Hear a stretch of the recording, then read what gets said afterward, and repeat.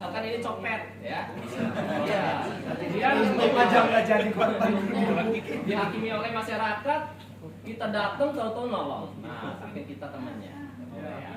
Kan ada itu kasusnya tuh sering ambulan dibakar, ya kan? Karena sedang ada konflik warga, kemudian masuk tanpa izin, si ambulannya mengangkut warga lawannya yang cedera, kemudian dihadang dan dirusak. Copet Ada kasusnya. Jadi kalau tidak diizinkan jangan sekali-sekali kita untuk menolong, coba untuk menolong. Nah, pertama kali tiba di tempat kejadian, pastikan keadaan aman. Keadaan sekitar aman. Kemudian kalau kita coba tolong, kita harus analisa. Kalau kita tolong, apa yang akan terjadi? Misalkan terjadi runtuhan atau tidak? Bahaya apa yang akan mengancam? Kalau keadaannya sudah dipastikan aman, ya, itu kalau kita sudah tahu ya. Kalau sudah tahu kejadiannya, tapi kalau kita belum tahu, tanyakan dulu kejadiannya seperti apa ke masyarakat sekitar. Maaf Bapak Ibu, ada kejadian apa ini? Sudah berapa lama? Kemudian jumlah korbannya, kalau misalkan banyak, tanya berapa jumlah korban. Kalau cuma satu kelihatan, yang kelihatan cuma satu ya tidak usah. Perkenalkan diri, jangan lupa perkenalkan diri, itu wajib. Bapak Ibu, saya Firman dari PNI Provinsi Lampung. Saya memiliki kemampuan dalam melakukan pertolongan pertama dan ingin menolong korban. Apakah diizinkan? Kalau tidak diizinkan jangan. Ya. Tapi kalau korban kecelakaan lalu lintas itu pasti diizinkan. Diizinkan. Oke, silakan. Pak, tolong. Nah, kalau sudah diizinkan, kita minta bantuan. Jangan lupa hubungi tim medis, pihak ambulan. Boleh minta keluarganya yang menghubungi, boleh kita langsung. Kalau kita yang menghubungi atau warganya juga yang menghubungi pihak rumah sakit, handphonenya harus kita loudspeaker. Untuk tujuannya supaya kita tahu arahan dari pihak rumah sakit, apa yang harus dilakukan, ceritakan kondisi si korban ya. Jangan lupa kita gunakan alat pelindung diri. Itu salah satu perlindungan diri ya. Alat pelindung diri yaitu tadi apa? Masker pelindung. Kemudian sarung tangan latex. Kalau tidak ada, menggunakan apa? Kantong plastik boleh Pak. Ya, kan tidak tembus air. Kemudian kacamata itu minimal. Kalau ada baju pelindung silakan. Tapi kalau kita sedang jalan sendirian kan biasanya tidak membawa baju pelindung ya, paling tidak kacamata, masker, kemudian sarung tangan latex itu usahakan ada di dalam kendaraan kita. Kemudian sudah digunakan, ya, sudah digunakan alat pelindung diri kita. Kalau kitanya bekerja secara tim enak, ya. Tapi kalau kita bekerja sendirian, kita bisa minta bantuan ke masyarakat sekitar dan mengarahkan apa yang harus dilakukan. Tadi kan kejadiannya trauma, ya. Kecelakaan itu berarti kasusnya trauma. Kalau kasus trauma, kita ada dua cara membuka jalan napasnya. Karena setiap korban ini jalan napasnya harus selalu dipastikan terbuka. Cara yang pertama, kalau untuk kasus medis itu ada tekan dahi angkat dagu. Tekan dahi angkat dagu itu seperti ini. Boleh lakukan respon, boleh tidak ya. Kalau respon caranya seperti ini. Tadi sudah kita menggunakan alat pelindung diri, sudah menghubungi pihak rumah bantuan, kita respon, mas. Tapi kalau kita sudah tahu kejadiannya, kita tepuk seperti ini tidak respon, kita langsung buka jalan napas. Ya. Buka jalan napasnya tadi ada dua. Kalau untuk kasusnya medis itu tekan dahi angkat dagu seperti ini. Ya, ini diangkat. Tapi kalau kasus trauma itu kita wajib melakukan jauh teras atau perasa terang bawah seperti ini yang akan dilakukan Mas Umar. Tujuannya apa? Toh menggunakan perasa terang bawah atau jauh teras supaya tidak ada pergerakan pada kepala dan tulang spinal, tulang leher. Jadi tulang belakang ini dari ujung tulang leher sampai dengan tulang ekor itu tulang spinal. Ya, jadi yang dilakukan pergerakan ini rahang bawahnya. Kalau rahang bawahnya yang bergerak ini tidak ada pergerakan pada leher, tidak ada pergerakan pada kepala, hanya rahangnya saja yang terbuka ke bawah. Jadi tidak mempengaruhi dari tulang belakang. Ya, tapi kalau tekan dahi angkat dagu itu mempengaruhi ada pergerakan. Setelah jaw thrust ini tidak boleh dilepaskan sampai dengan pasien diangkut ke atas tandu. Ya, sampai dengan pasien diangkat ke atas tandu. Tadi sudah dilakukan jaw thrust. Anggap ini sudah masih dilakukan jaw thrust ya. Kemudian kita cek pernapasan dan nadinya bersamaan seperti ini. Cek nadi di sini ya, boleh seperti ini. Nadinya kalau tidak sadar itu di karotis, kalau sadar itu di radialis. Cek. Kalau nggak sadar gimana? Di karotis di sini. Ini nggak sadar. Iya. Iya. Jadi seperti ini ya. Cek seperti ini di tengah-tengah sekitar 2 jari ke samping. Kalau sadar di radialis di pergelangan. Kalau tidak sadar di karotis di sini ya. Kemudian lakukan LDR, lihat, dengar dan rasakan. Pernapasannya ya, LDR, lihat, dengar, rasakan. Dekatkan telinga si penolong dengan hidung korban sekitar 2 jari. Seperti ini. Matanya ke arah penolong. Selama 3-5 detik. LDR tadi, lihat, dengar dan rasakan. Lihat ke arah perut. Ada kembang kempisnya atau tidak. Kemudian dengar dengan telinga kita. Ada suara hembusan napasnya atau tidak. Kemudian rasakan dengan pipi. Ada hembusan napasnya atau tidak. Kalau tadi saya dengar ini mengorok.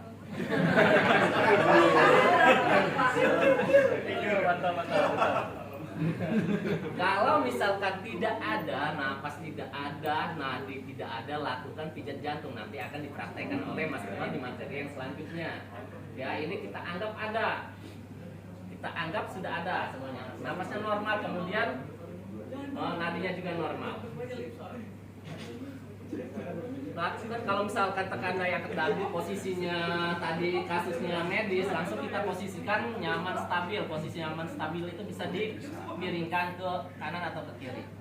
Tapi kalau misalkan kasusnya trauma itu tidak boleh, tetap dipertahankan seperti tadi. Napasnya sudah ada, nadinya sudah ada, kemudian kita lakukan pemeriksaan fisik. Korbannya sadar, lakukan pemeriksaan fisik. Yang ketiga ya, lakukan pemeriksaan fisik dari ujung kepala sampai dengan ujung kaki. Caranya seperti ini. Jadi sudah menggunakan APD semua ya.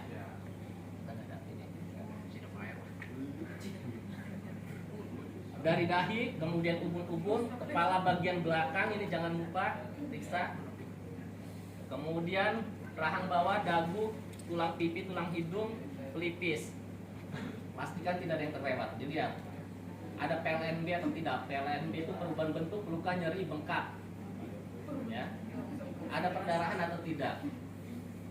Kalau ada luka langsung tangani. Kalau bekerja secara tim minta temannya tangan. Nanti cara penanganan perdarahannya, penanganan lukanya kita belajar nanti di materi selanjutnya. Kemudian kita gunakan ini namanya pen leg. Kalau yang senang batu akik ini pasti tahu. Ya. Ini untuk memeriksa mata. Ya. Dilihat kalau normalnya kan terkena cahaya, pupil mata itu akan mengecil. Ya. Kalau misalkan kebalikannya, berarti curigai adanya cedera pada kepala.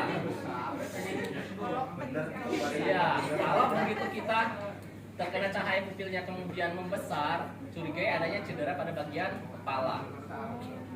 Kemudian cek juga telinga, ada cairan atau tidak. Kalau yang hijau kuning nggak usah dihirau. Cairan merah atau merah bercampur putih. Kalau merah bercampur putih itu biasanya cairan otak. Ini kan seumpamanya, jangan. Kemudian cek juga sebelahnya, hidungnya, kemudian mulut, ada sumbatan benda asing atau tidak. Siapa tahu lidahnya terbalik, itu bisa menghambat jalan nafas, atau dia sedang makan ada benda asing yang benda asing yang mengganjal. Nah ini sudah. Kemudian leher. Nanti leher ini dipasang nikeler ya. Nanti cara pemasangannya kita belajar juga. Leher periksa. Ini hampir nggak ada lehernya. Kemudian Punuk semua. apa namanya nih? Bahu, ya. Bahu periksa, kemudian tulang selangka, ini tulang selangka. Yang membatasi antara leher dengan batang tubuh ini namanya tulang selangka. Cek tulang selangka. Kemudian dada kanan, dada kiri. Dibuka ya. Pakaian ini dibuka. Kalau cewek nanti siksa cewek. Kalau misalkan tidak ada kalau kita laki, kita minta tolong dari pihak keluarganya ya, perempuan. Nanti kita yang mengarahkan. Tapi kalau misalkan keluarganya tidak ada atau masyarakatnya mengizinkan kita memeriksa, silakan periksa dengan profesional. Ya, iya, jangan sampai sini dilamain. Terus ya, periksa terus. Kemudian ini perut atau abdomen kita periksa. Kuadran kanan atas, ya, kuadran bawah.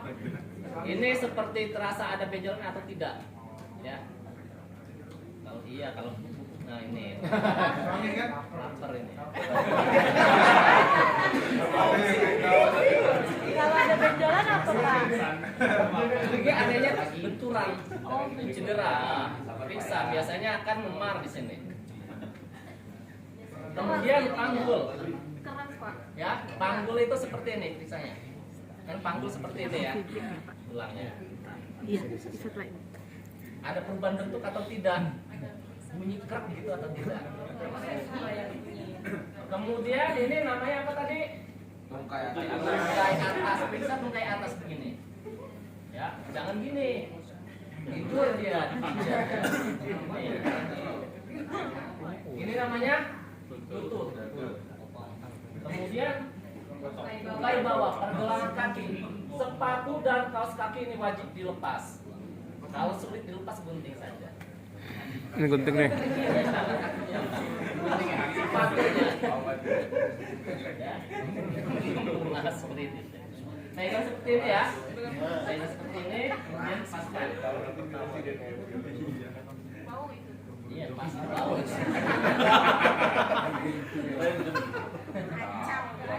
Nah, periksa. Aduh, nggak pakai tangan. Periksa telapak kaki ya, punggung kaki, jari-jari kuku. Lakukan GSS. Apa itu GSS? GSS itu gerakan, sensasi, dan sirkulasi.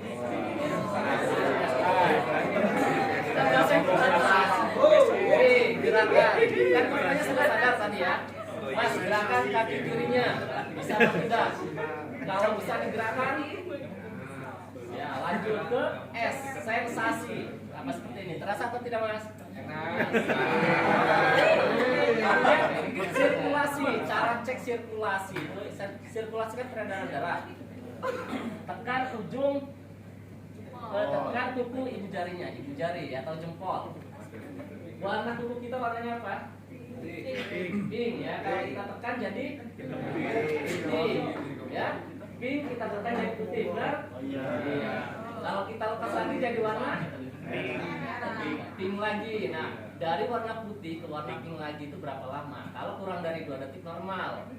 Kalau lebih dari 2 detik berarti sirkulasinya terhambat, tidak normal. Bisa jadi karena ada pakaiannya terlalu kencang, kemudian adanya cedera, atau pada saat proses pertolongan itu pengikatannya terlalu kencang. Itu harus kita periksa lagi.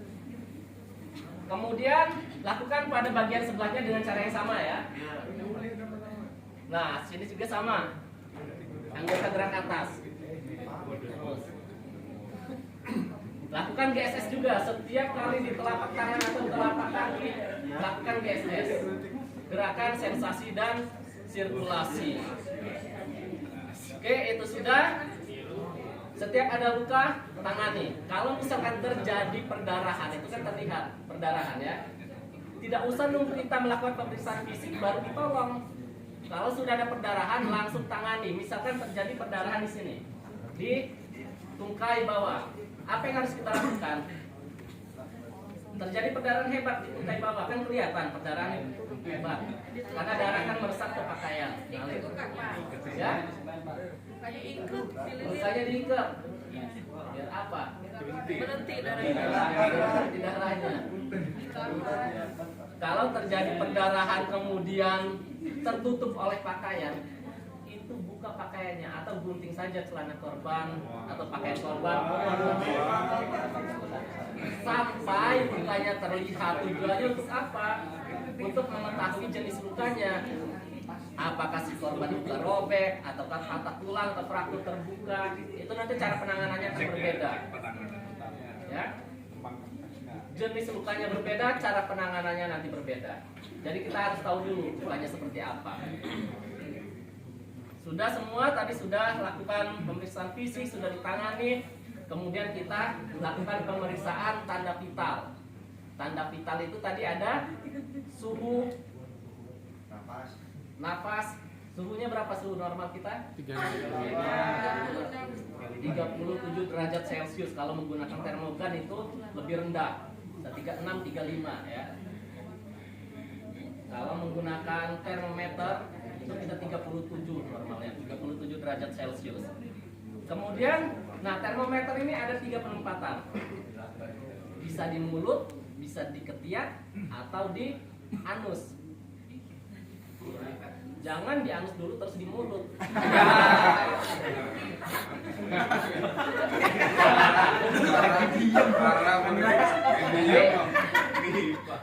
Kalau orang dewasa sadar, boleh kita letakkan di mulut. Tapi kalau pada bayi tidak boleh. Kalau pada balita tidak boleh ya, kalau bayi boleh.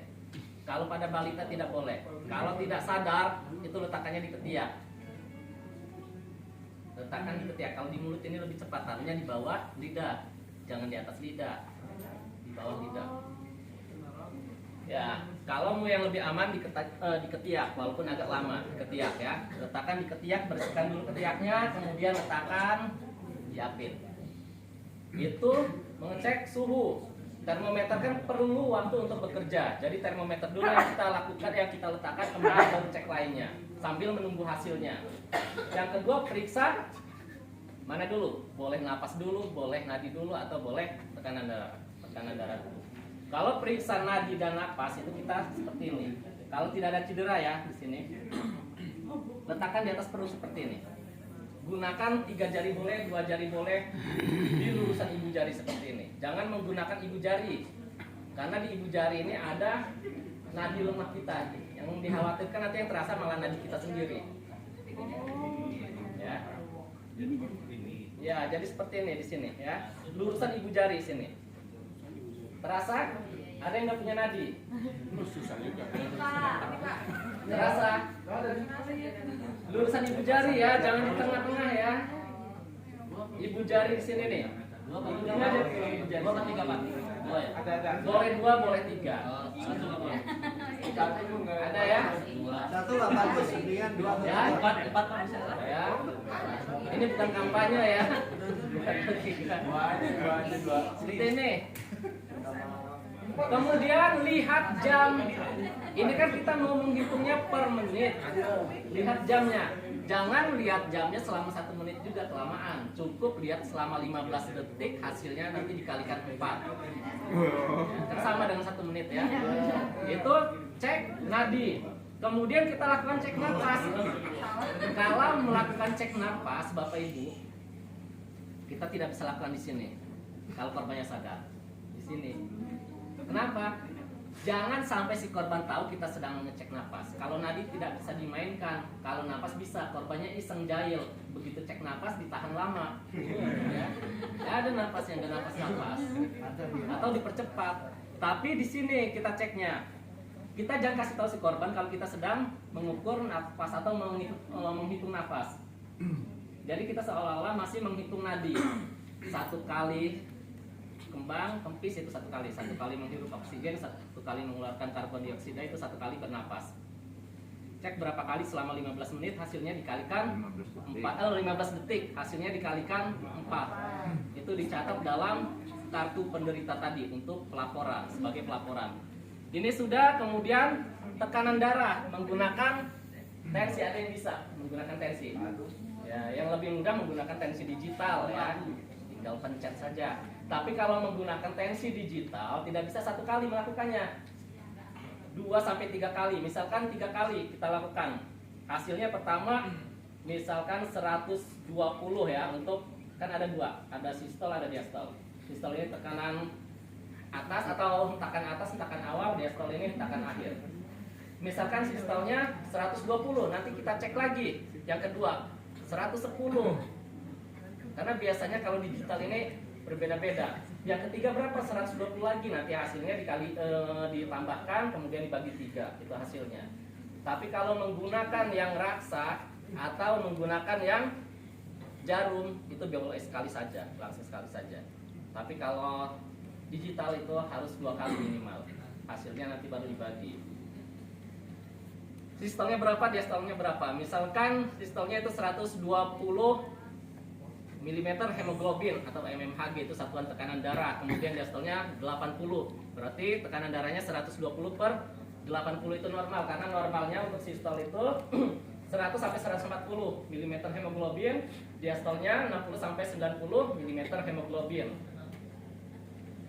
Cek tekanan darah sudah, kemudian napas sudah, nadi sudah, suhu ya, suhu dilihat termometer, hasilnya berapa. Kemudian lihat juga warna kulit, lembab atau tidak, dingin atau tidak, pucat atau tidak, sianosis atau tidak. Sianosis itu berwarna kebiru-biruan, biasanya terjadi pada bibir dan cuping telinga. Itu dicatat dalam buku pelaporan. Kemudian tadi ada akronim namanya kompak. Tanyakan, korbannya kan sudah sadar. Keluhan, Mas, keluhannya apa? Lapar, terus saja lapar. Kemudian obat-obatan yang terakhir kali diminum apa dalam 2 jam terakhir? Obat apa? Obat kuat.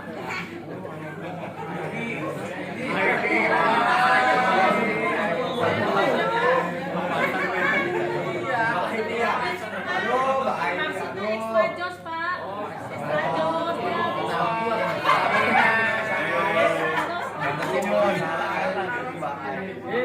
Terus makanan dan minuman yang terakhir kali dimakan dan diminum apa? Penyakit, ada penyakit apa? Ya, kalau panik kadas kurat nggak usah ditulis. Penyakitnya yang berat-berat, misalkan serangan ada penyakit jantung, riwayat jantung, kemudian riwayat diabetes, itu dicatat. Kemudian alergi, ada atau tidak alergi? Alerginya terhadap apa? Terhadap obat-obatankah, makanankah, atau yang lainnya? Kemudian kronologis kejadiannya seperti apa? Itu sudah dicatat dalam pelaporan, dalam kartu penderita. Lakukan kemudian pemeriksaan berkala atau lanjut. Ini lakukan pemeriksaan fisik ulang dari atas sampai dengan bawah. Itu juga dibuka ya, semua dibuka ya. Buka sekali. Yang sudah ada lukanya atau cederanya yang sudah ditangani, jangan diperiksa lagi. Ya, kita cari lukanya yang belum ditangani. Siapa tahu ada cedera yang terlewati, yang belum kita lakukan penanganan.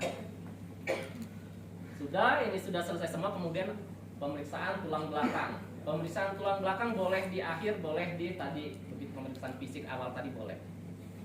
Untuk pemeriksaan tulang belakang nanti atau sekarang? Nanti aja. Nanti kita praktekkan pemeriksaan tulang belakang ya, pada saat nanti materi kasus spinal, cedera spinal. Setelah ini selesai, kemudian langsung kita transportasi korbannya ke fasilitas kesehatan. Di situnya ditulis transportasi kemana, ke fasilitas kesehatan atau pulang. Nah, sampai sini ada yang ditanyakan? Pak, sudah lewat ya Pak ya? Maaf Pak. Pak, bedanya kalau misalnya